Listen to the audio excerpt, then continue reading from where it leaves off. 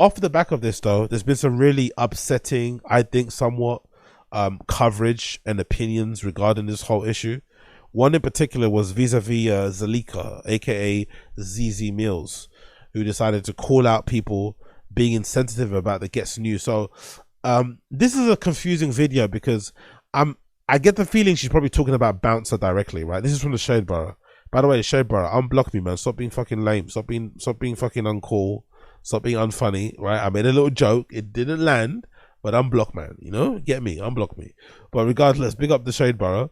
They basically have a video of Zeze Millz calling out people who she says are being insensitive about the Ghetts news. And I guess, like I said, I think she's talking directly to Bouncer, or maybe she's talking to Bouncer and other people in her comments. I'm not too sure. So I'm not too sure who this is for. Message. So it's kind of all over the place. But the general gist of what she's trying to say is that she feels like there's a bit of opportunism going around, especially with some channels where she feels like maybe they're putting out too much content regarding the Ghetts situation, regarding every single update, which doesn't probably deserve a video, but in some people they do think so, and she doesn't like it.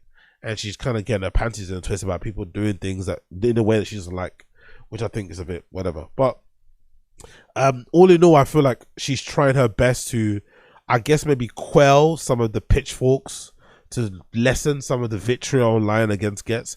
And I have seen the video from Festify where he kind of had a clip in there where it showed Zeze going for a ride with Ghetts somewhere in some interview thing. So I'm not too sure if they were close outside of their professional relationship where she's like a media person doing interviews, or if they're just, you know, whatever, or they're just cool because of that. But it seems like she's kind of taking up for Ghetts a lot more in this clip than she is for the victim, really, which is what it is. You don't care about the family either. Every video it starts with, oh, thoughts with the family. Do you think the family wants to come online and hear about your conspiracy theories about their as to why they've lost their 20-year-old son? Manifestation. Do you think that a mother or a father wants to come online and see that their son's life has been taken away because you've resulted the death of their son's life to manifestation and and karma? You don't care. And all of you lot in the comments don't care either. You're clickbait. That's all you fucking. And all of this conversation around awareness and all this stuff. Just the first point, right, about no one cares is clickbait. But how do you know though? How can you tell that nobody cares? What makes you caring way more important, way more justified than other people's level of caring? You know? Because this is a big story, because Ghetts has a big personality, a big name in this industry in the UK. That's why people are talking about it. Maybe they're using the fact that it's him involved as a reason to kind of talk about other things involving maybe artists and maybe the way some news gets swept about them on certain kind of platforms. But I don't necessarily think it's fair to say that people that are talking about this don't care, because I think they would. I think if they didn't care, they wouldn't speak about it. I think they care to a certain extent. Now, do they care for the right reasons? Are they invested fully because they're not his family? Of course not. That is beneath the point. Obviously, we know that to be not true. But I think to chastise people for talking about something that maybe is a bit raw, is a bit sensitive, is a bit whatever, just because you don't want to talk about it is odd. You know, you might not like it, you could just not view it, you could just turn away and go elsewhere. But it doesn't mean you get to dictate to people how they should go about addressing these type of things, consuming these type of things, whatever. I don't think that's kind of fair in that regard, but I could be wrong.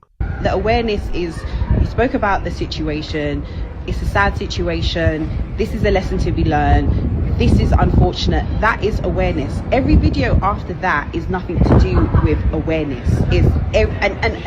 And all of this thing about, oh, but how is it not to do with awareness if you're updating people on the story? You're making people aware of what's going on. Some people may not read the news, some people may do check on YouTube, and they want to get you know, up-to-date updates on the ongoing court case, on the ongoing issue, any update regarding the case. They want to be made aware of it, so they go to their favorite content creator who updates them if they're that invested. You know, maybe I'm not going to talk about it a million times because they're just not, you know, it's not maybe as interesting to me as maybe to other people, and maybe because I just don't really feel like comfortable talking about it in general. But I don't necessarily think that's fair to say to others, to like chastise them because they don't do things the way you want to do things, right? Or the way that you prefer to be done and shit. I don't think that's kind of fair in that regard. Justice needs to be served. Justice is being served. He's in jail. He's been arrested. He's going to be charged. His face is everywhere. Someone said to me, oh, he needs to be named and shamed. It's everywhere. You don't, it's nothing to do with that. You lot just get a kick out of it. Oh, yeah. And don't get me wrong, I'm all for like discussing things, but there's a way to do it, and there's a tactful way to do it. And you lot don't care about nobody. You don't care about that victim's family, because if you did, you would have started a GoFundMe by now. You would have offered to help for the funeral service, but you haven't, and that lets me know. I don't know. I don't like this kind of point of view from Zeze, because she kind of got her name off of talking a lot about things that don't necessarily involve her, primarily giving her point of view, giving her 2 pence, letting it kind of ride, you know, speaking from the hip, speaking from the heart about certain things.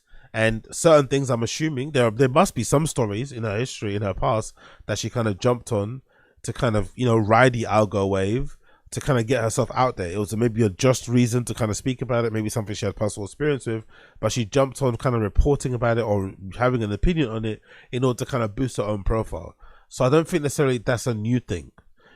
Is it a little bit exploitative? Is it a little bit yucky? Maybe, yes. But it happens across media, across social, across whatever. Where if a breaking news story happens and you have a chance to report on it live, or you have a chance to report on it and be one of the first people to get a video out there regarding it, you're going to try your best to turn that around quickly so that it might help garner some attention for whatever you've got going on. It doesn't necessarily take away from what, like, as long as your message or what you're trying to say is somewhat leveled in purity and you're trying to be a nice person, good person, you're trying to be a piece of shit forever or all the way through, I think that's a pretty decent exchange, not gonna lie. A pretty decent exchange. The family gets all the exposure they need, and the support that they need. And obviously, in my personal opinion, you know, the person that covers the story also is able to maybe, you know, broaden their horizons, boost their signal a little bit, off the back of maybe sharing their opinion on a very controversial, very dicey topic involving somebody that's got a lot of pull in the UK music scene and shit, blah blah blah blah. But I did see a lot of people online kind of, you know, calling out certain people with this sort of stuff. But it is quite disappointing to see Zeze Millz have this opinion, because again, she came out the gate being somebody that has all the opinions, and now you're trying to police people on what they can and can't say because it involves somebody that you like, somebody that you know personally. It's like, it doesn't work like that, to be honest. And in this case in particular, there's just no excusing it. There's no excusing it. There's no telling people to relax. And this is a very serious situation, right? Somebody got killed with a car. This kid was probably on the streets for like 30+ minutes in absolute excruciating pain, knowing full well this was his last moments on earth, you know, taking his last breath, unable to call his family, unable to say anything. And then he died a day later or whatever from his injuries in the hospital. So he must have been suffering, bro. He must have been suffering. And Ghetts his recklessness, Ghetts his selfishness is, you know, essentially paid him the biggest price. And here it is. But I don't think we should extend any sympathy or empathy for the guy. He made a fucking dumb decision, but he made it anyway. And now he's going to be facing the full force of the law. And I think it's a good thing, because it should hopefully dissuade people from continuing on to like drive drunk. Because like I said previously, I think it's something that's not spoken about too often, because some people do it. I know a lot of people out there who do quite often go out and get fucked up, or are in the same clubs that I'm at, in the same little local hole in walls that I'm at. And when I'm jumping on a bus, they're jumping in their fucking Audi or something. I'm like, Jesus Christ, you know? So this happens too often.